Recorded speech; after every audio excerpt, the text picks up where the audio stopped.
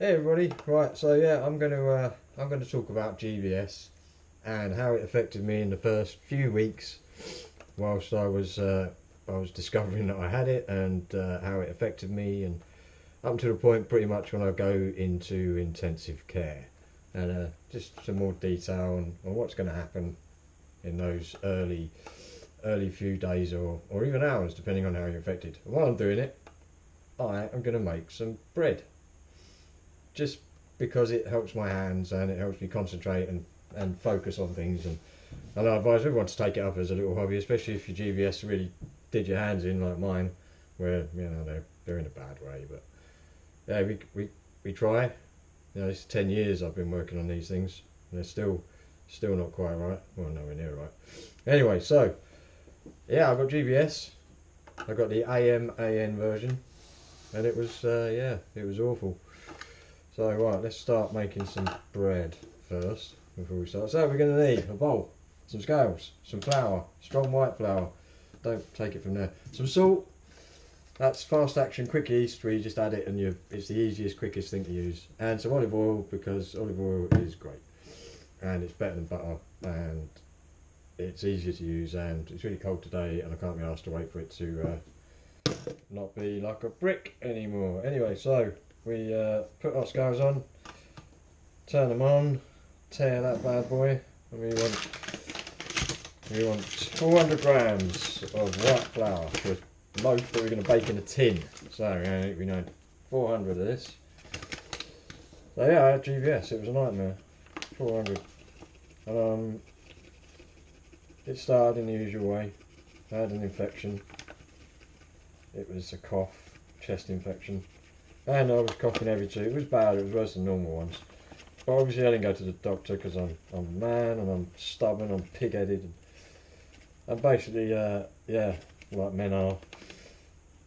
And I was working in London at the time on a TV show as a lighting guy, and I was fit as a fiddle at that point. Really doing quite alright health wise.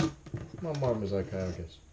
So we lay our flour off, and now I'm gonna re-tear our little bowl. Re-tear that thing. And we're gonna get some yeast. So I always do the yeast first, because if you touch the yeast and the salt together, they kill each other. Well, no, the salt murders the yeast. So you can't mix them. You got to keep them separate for as long as you can. So we need 7 grams of this stuff. Oh no! I wonder if it matters. That's the same. I've left it on millilitres when I was weighing the water out, and I stupidly forgot to change it to grams again. But actually, it doesn't matter anyway. So I've done 8 grams there because I'm greedy. But anyway, I'll be alright, I'm sure. Get a bit of extra rise. And then we're going to do 7 grams of salt. Just tip out all the yeast. 7 grams. Do always do that after, so that you don't contaminate your bowl too much with salt. Anyway, up we go. 6, 7. I don't like using too much salt. I know it makes it taste really nice, but at the same time, salt isn't that great for you, as we all know. So right, I think are we done with scales? Yeah, we're done with scales. Off. Put those over there. Probably haven't turned it off. Right, there's our bowl. There's our salt on one side, yeast on the other. So you keep them separate. And we're going to make a little well in the middle. And we're going to pour our water in and a bit of olive oil to help it all bind together. And I forgot the important thing, the pink mixy thing with the fat handle. Very useful fat handle stuff for me. You can grip it. So I was in a bit of trouble with my chesty cough, and girlfriend was very unhappy with me. Annoying her at night, coughing all the time. Anyway, I decided that I wasn't going to go to the doctors, and I was just going to go back to work and I'd be fine. But this was before any kind of GBS symptoms actually started. So we're going to pour this in here. Oh no, we're not. Yeah, we are. No, we're not. I'm going to put in 25. I'm going to put a dash of this in first because I'm feeling brave. Freehand there. See that? 25 ml. That was exactly. Then we're going to put in our water, but not all of it. Not all of it. Put in about 3/4, 2/3. Then we'll start mixing it up. Let's start mixing it. Right, oh, wait, a little bit Larry there. So we give this a good old mix. So yeah, that was pretty much where we were before the GBS, and the cough sort of subsided after a couple of weeks, and it was Easter. It was Easter morning on the Sunday, and my girlfriend got up and she was like, right, I'm going to my mum's, I've got things to do. By the way, it's Easter, I'm going to go see this, I'm going to do that. So she went off out and left me kind of in bed, and a little bit more, we had a bit more. And I thought, oh great, I'll get up, I'll have a chilled out day, I'll just be, I've got kids, I've got 4 kids, but me and the ex-wife aren't together, still aren't together, thank goodness. Anyway, but that's a whole another story. And so I thought, right, I'll have a bit of a chill at the house, watch some TV maybe, tidy, I don't know, whatever. And then suddenly, as I was making my breakfast, I just noticed this sort of pain in my feet, in my hands. Oh, that's really strange, that's quite painful. I wonder what that is. And I didn't really take a lot of notice, because it wasn't so bad that it was, I thought, 10 minutes time, I'll be gone in a minute, I'll just be fine. Be fine. So you want it to sort of clean the bowl a little bit as you're moving it, like so. Like that, and with the left hand as well, I've got to work both hands the same, not allowed to do one or the other too much, because I'm naughty. Girlfriend tells me all the time. And on one hand and not the other, and you've got to work them together. I'm not so good with this one, as you can see. Anyway, so there's our dough now, kind of mixed alright. Get rid of that and that. And that, we don't need that. Right, now with bread, what happens, what a lot of people do is then they then, oh no! What does that mean? It means stop. I don't know where I was. The cutlet. My son just called and it's his birthday today and he's on his way over.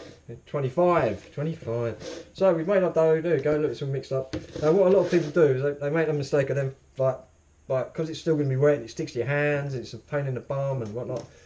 They keep putting more and more flour in, and it just makes a really sort of like brick-like bread when you've finished, because you've not put enough yeast in to help it. But anyway, so you see what you want to do, the olive oil, you get that like that, the olive oil, and you want to basically put some on here, and then on our hands, and then start kneading. And you're going to knead that dough for like 10 minutes. 10 minutes, because I need to knead it for a little bit longer, mostly because my hands are a bit rubbish, but 10 minutes is about what you need to do. So, we're going to get our dough ready to come out, and then we're going to give that a nice big, there we go, little area for it to be on, all oily. Get that out, put that on there, put that aside, kneading. So when you knead bread, all you're doing is stretching it. You want to stretch it till it stops breaking, because as you start stretching it, it'll just break like that. So what you want to do is you want to keep doing that until it stops doing that, basically. And roll it up, turn it 90, stretch it again. Roll it up, turn it 90, hold it, stretch it. There we go. Now we're starting to build the gluten strands and all that stuff, and plus we're mixing together a bit more. And anyway, you get the idea. A bit of this. That's it. And then it's starting to happen. So yeah, I was in a bit of trouble with the old coughing anyway. And the hands and the feet and the pain was starting to get worse and worse. And about lunchtime, Lisa returned to find me in quite a lot of pain, but still walking around, still doing stuff, just complaining and moaning in the usual way. And after 3 weeks of me complaining and moaning about having a cough, she was pretty much out of patience, which I don't blame her for, because I was driving her nuts. Poor woman. So she basically forced me into the car, like literally. Didn't pick me up and carry me, but she put me in the car, and off we went to the clinic at Solihull, because it was obviously totally and utterly shut. Everything. It was Easter Sunday, and the whole world was closed. And I was worrying, because I was thinking, I've got to go to work tomorrow. You know what I mean, Monday. It's a bank holiday, but in the film game, nobody gets a day off on a bank holiday. It's a bank holiday. Forget it. Days you get off are like Christmas Day, and that's if you're lucky. No, I'm joking. But it is one of those things where you do work you do work all your holidays, mostly, and weekends and stuff. Anyway, so I was on my way there, and we parked up and walked in, and it's like a tiny little place where you can see a doctor out of hours on weird times, and it's usually pretty full because the whole world's obviously ill, and they can all go on the Easter, and there's nobody to help them. So it was busy, but we got seen, and we got called into a guy called Dr. Denton, and Dr. Denton said, "What's seems to be the problem, Mr. Ollie?" And I said, "Well, I've got this pain in my feet, and it's even worse in my hands." And he said, "Describe the pain for me." I said, "It's like pins and needles, and it's like when your hands get super cold on an icy cold day, and then you end up with this feeling when you come back inside, your hands being on fire. Really odd. We call it chilblains in the UK. I don't know what you call that in America or anywhere else on the planet, but we call it chilblains, and it's basically that feeling of heating your hands up too quick. Very painful, and that's how they felt. That's what I explained to him, and he looked at me and he said, "Oh, okay, I think you've got this." And he printed off a piece of paper, and we read it together. It was about this thing called Guillain-Barre Syndrome. And he said, "Look, it's pretty rare, and it might not be that, and it could be a load of other things. So why don't we send you for some tests and see how it goes?" Absolutely. All right, fine. So off we went down to the medical assessment thing, or whatever the next stage in medical world. So off we went down there. I could still walk all right. I was just fine. Just walking. It was just pain. It was just a lot of pain. They sat me on a bed, and they took some blood, and they the usual stats and blood pressure and SATs, and all that old stuff. And they were discussing what to do with me next. So they sent me off for that thing where you put your head in the donut, a really loud banging noise. CT scan. So we went for a CT scan. What's that? Oh, gross. Anyway, so we went for the CT scan, and sat through that for 10 minutes. If you've been there, you know. And came out, and the doctors decided then that they should do a lumbar puncture. I don't know if anybody's had one of those before. They're not nice. And when it comes to GBS, correct me if I'm wrong, but you can do it too early. There has to be a time period past that and then they can do it. It's like 10 days after the first symptoms, or don't quote me on that. I'm not a doctor, but they did it well too early anyway. That's what the upshot of that was, that they basically did that, and it didn't give them any results because they'd done it 2 weeks too early or whatever it was. So we sat there, and they rolled me on my side, and the big needle came out with a tap on it, and they took their fluid out of my brain sac fluidy, spinal fluidy thing. And off they went to do whatever they were going to do with that. All the time, my girlfriend's saying to me, "You've got to take tomorrow off work." And I'm saying, "Oh, come on, I don't need to go. That'll be fine. I'm going to send me home in half an hour. This is silly, don't be silly." And then the doctors came back. They said, "Oh, we're going to refer you to a respiratory consultant and a neurological consultant." So this is all getting rather heavy, really, for me. I think I've got to go work tomorrow. Have we really got to wait for these people? What's going on? Can I go home? He said, "So we're going to keep you in overnight." They're like, "Oh, overnight?" I hadn't spent 10 minutes in the hospital, apart from when my kids were born. So, spending overnight in it was a little bit of an adventure, really. So we went up to the ward. My girlfriend phoned my boss at work, and we cancelled work, and we carried on doing medical stuff and tests and respiratory things, and I was on the ward by then, and it was getting late, so Lisa went back to the house and said she'd come back tomorrow. She took a few days off work herself, and I went to bed. And still, my body at that point was painful. Everything was painful, especially the hands, especially the feet. especially the knees, legs, up to the hips. And I woke up in the morning. I had a reasonable night. Woke up in the morning. Thought, right, I'm gonna go for a wee. It's early. I'm going for a wee. And I went to swing my legs out of bed, and they just didn't move. They just sat there like useless bits of fleshy, meaty rubbish that didn't want to move. So I sort of manhandled them with my arms, which I couldn't really sort of grab things with my fingers and stuff because they were pretty weak and a bit rubbish. So this is very odd. I don't like this much. What's going on here? So I called for a nurse because I was literally going to wet the bed, and I thought, oh man, I can't do that. I'm nearly 35, 36 or whatever. I can't wet the bed now. This is ridiculous. Ha! Little did I know. So off I went to off I shouted for the nurse, and off she came. And she came along, and she chucked me put me gently into a wheelchair and took me up. Shoot me off to the toilet, and luckily I was wearing some like sweatpants, so I could sort of like push them down and got me bits out and had a wee. And had a number two. It was all good. Found it very difficult to wipe my arse, but I just about got the job done.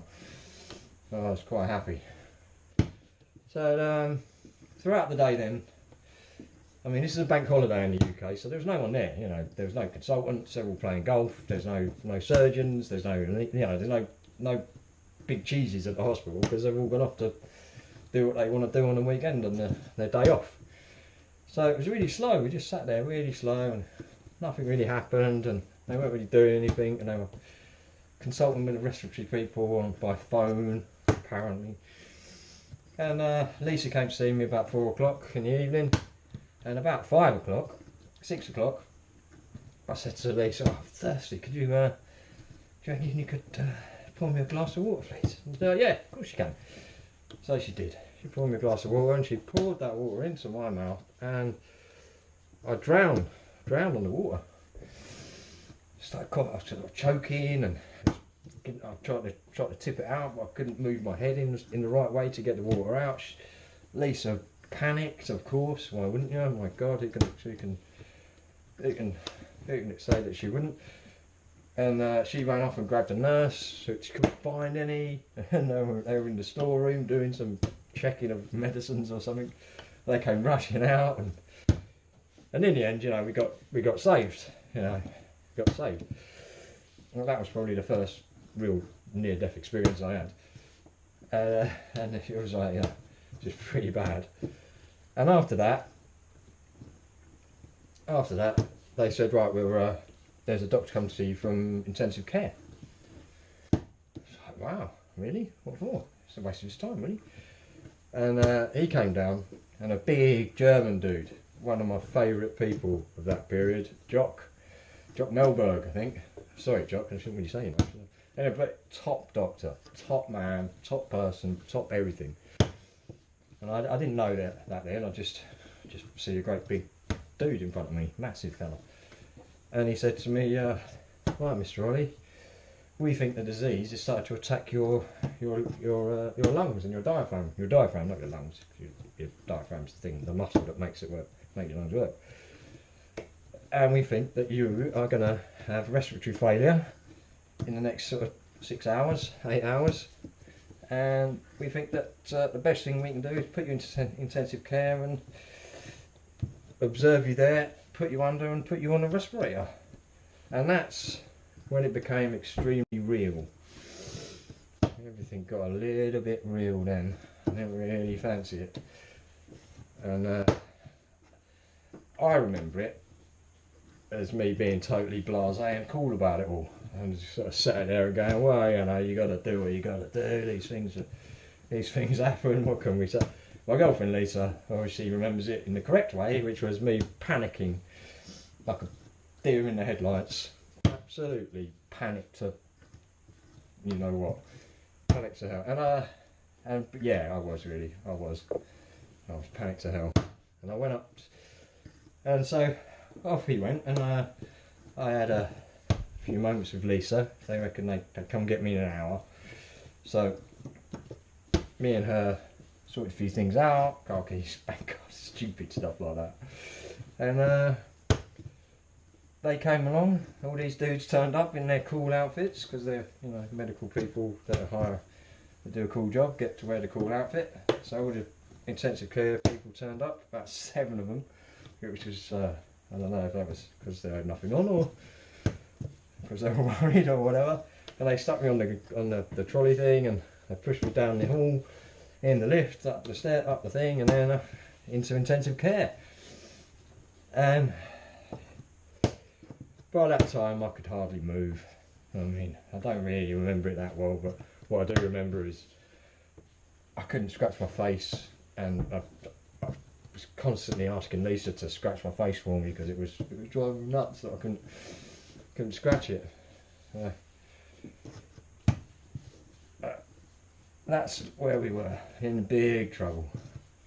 And then they put me in the put a catheter up my bits, put me under, and stick a tube down my throat to help me breathe. They didn't do the tracheostomy just then. They did the they just did the other thing. They just put it down my throat. So put a tube up my nose to feed me and whatnot. So anyway, this bread's looking alright. Looking good now. I don't want to mix it out. I don't know how long we've mixed it for. I've been gassing on for ages. Maybe 20 minutes. Anyway, so there we go. There's our bread. Let's have a look, see if it's right. You have to do this window pane thing. I don't know if you know about it. Stretch it, and then you get a hole. If it breaks, yeah, it still needs a bit more. That's, yeah. People with spot on top hands can do this a lot quicker. But I don't know if it's me or it always seems to take an extra sort of like 5 minutes for me to get the window pane thing happening. But it's worth doing it, you know. If you don't need it enough, you're ruining your bread really. You might as well not bother. It's more important than anything else. Apart from maybe the proof, yeah. The second proof is probably, oh, I don't know. Bread's fickle, and it can be brilliant up to the last second, and then you can ruin it. But you know, baking is something that helps. It's really helped my hands anyway. And even though it's, I'm not running marathons here, I'm getting a bit of exercise, as it were. And I find that, you know, if you can get a little bit of exercise anywhere, it's a good thing. Especially with GBS, it's such a debilitating thing. Being trapped in that dead body for so long, you're never really free of it, and those scars last. The mental scars of having to rely on someone to wipe your bum, to rely on them to wash you, to feed you, to all the tiny things that we take for granted in so many ways. Yeah. When all you want to do is be able to scratch your own face. That's your life and ambition for the next foreseeable future. Certainly changes your attitude towards a few things. Ooh, I'm going mad there. But, you know, if there's one thing I've learnt about it all, it teaches you patience. It teaches you determination. It teaches you... Jesus, it taught me many things. But I am a self-taught baker pretty much. I took it up. One of my OTs, actually, she'd gone to see a friend of hers, and her friend was at the weekend or whatever was a bit of a baker, and she was baking bread. She was watching her bake it, and she thought, oh, I know something that could help with. And she came round next week and she suggested to me, why don't I learn how to bake some bread? She said, yeah. I was like, right, good idea, let's do that. And she went out and got me all the bits, because I couldn't get around then. Still housebound and in a pretty bad way. So off she went out and got some flour and some yeast and some salt, and for our therapy that day we made bread. And yeah, I was kind of hooked straight away. And when I say bread, the first loaf of bread I made was far more brick than it was bread. But I ate it, and I don't care, and I loved it. That sense of achievement when you make something, even when it's like, you know, bread, white bread, something you can make, anyone can make. it's not about that. It's about the fact that your GBS hasn't stopped you from making it. Hasn't stopped you from doing something that you want to do. And I think that's really important when you're recovering from these things. These tiny little achievements. I used to bang on about it all the time in the hospital. I used to get it right up my nose. To annoy me. I don't know why it did, but it annoyed me. But they were right. I hate to admit it. But they were absolutely right. Having those tiny goals, whatever it might have been. You know, pick your own nose, scratch your own bum, do the washing up, whatever it might have been. Hold your child, kiss your husband, kiss your wife, do whatever, you know, make a face where you can actually, you know, make that kissing face if you like. I can't even do that, but I'll try. I still try. I still keep trying, and every day a little bit closer, and those tiny little increments of closer are what get you there in the end. The old turtle thing is absolutely right. You get better slowly. It takes you years. It takes you years and years. I don't want to daunt anyone, but you know, you're going the right way. It is going to get better. It isn't like you know, other terrible diseases where you can't recover. You know, at all. You know, Huntington's, for instance, or motor neurons and stuff like that, where yeah, it's a death sentence from the minute you get it. You know it is. And you know, that I can't imagine. That's another level. But for us, for the GBS patient, you know, it's about what we can recover. It's about what you can get back. It's about what's worse, damaged, and how much you can do with it to try and improve it. You know, I made some terrible mistakes in my recovery that I wouldn't want anyone to make. Right, that's it, man. I'm done with that. That's it, it's done. So we're going to into a bowl like that, and we're going to pop that into a bowl. We're going to oil the bowl, pop that in there, and we're going to let it rise. There you go, look at that. Looks alright. Sure it'll come out alright. So I'm just going to wash that. When it gets clean that all out and it gets some oil, just going to put it on a tissue and wipe around there, pop that in, cover it, prove. Probably take, well, anything up from an hour and a half to 3-4 hours, depending on how cold it is in your house or in your proving area. If you're proving at, you know, really you want to be proving at sort of 28 degrees, but if you're proving at 18, it will take 3 hours or 2 hours. If you're proving at 28, it will take an hour. Anyway, right, move on to the next stage in a minute. Thanks for listening. And come on, GBS, we can beat you.